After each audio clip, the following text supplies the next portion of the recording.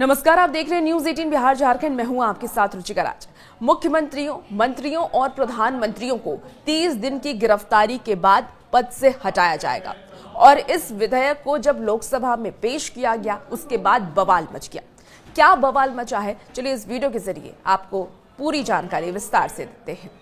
देखिए, मुख्यमंत्रियों, मंत्रियों और प्रधानमंत्रियों को 30 दिन की गिरफ्तारी की स्थिति में पद से बर्खास्त करने वाले विधेयक और संवैधानिक संशोधन पर गठित संयुक्त संसदीय समिति जेपीसी को लेकर के कांग्रेस को बड़ा झटका लगा है। टीएमसी के बाद अब समाजवादी पार्टी भी इसके विरोध में उतर आई है। तृणमूल कांग्रेस, टीएमसी और समाजवादी पार्टी एसपी ने इस समिति में हिस्सा लेने से साफ तौर पर इनकार कर दिया। टीएमसी का बहिष्कार पहले से तय माना जा रहा था, लेकिन सपा के फैसले ने विपक्षी खेमे में हलचल मचा दी। अब कांग्रेस पर भी विपक्षी एकजुटता के नाम पर दबाव बढ़ गया है।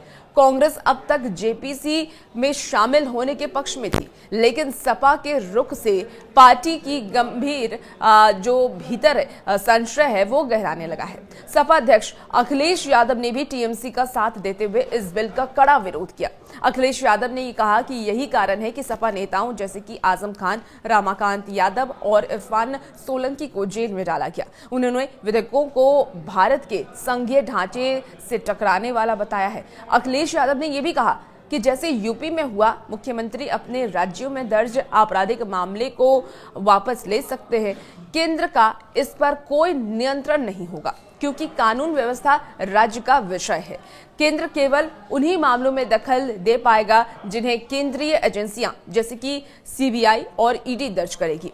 टीएमसी जेपीसी को तमाशा भी वो बताती हुई नजर आ रही है। देखिए, तृणमूल कांग्रेस ने प्रधानमंत्री और मुख्यमंत्री को हटाने की रूपरेखा तय करने वाले 3 विधेयकों पर विचार के लिए गठित जेपीसी को तमाशा करार दिया। टीएमसी ने साफ ये कह दिया है कि वो इसमें अपना कोई सदस्य नहीं भेजेगी। टीएमसी के बयान जारी करते हुए उन्होंने ये भी कहा कि वो संविधान के 130वें संशोधन विधेयक का पेश होने के समय से ही विरोध कर रही है और उनका ये मानना है कि ये जेपीसी सिर्फ दिखावा है, इसलिए तृणमूल ने इसमें किसी सदस्य को नामित न करने का फैसला ले लिया है। अब कौन कौन से ये 3 बड़े बिल पेश किए गए, आइए विस्तार से वो भी आपको बता देते हैं। देखिए, केंद्र शासित प्रदेश सरकार संशोधन विधेयक 2025 पेश किया गया।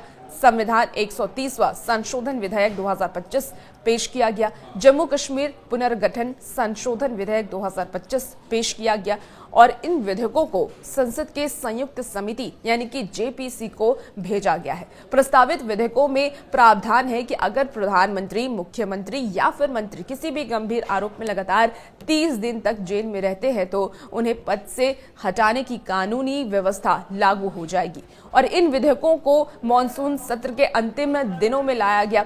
समिति को निर्देश दिया गया है कि वो अपनी रिपोर्ट शीतकालीन सत्र में सदन में सौंपे।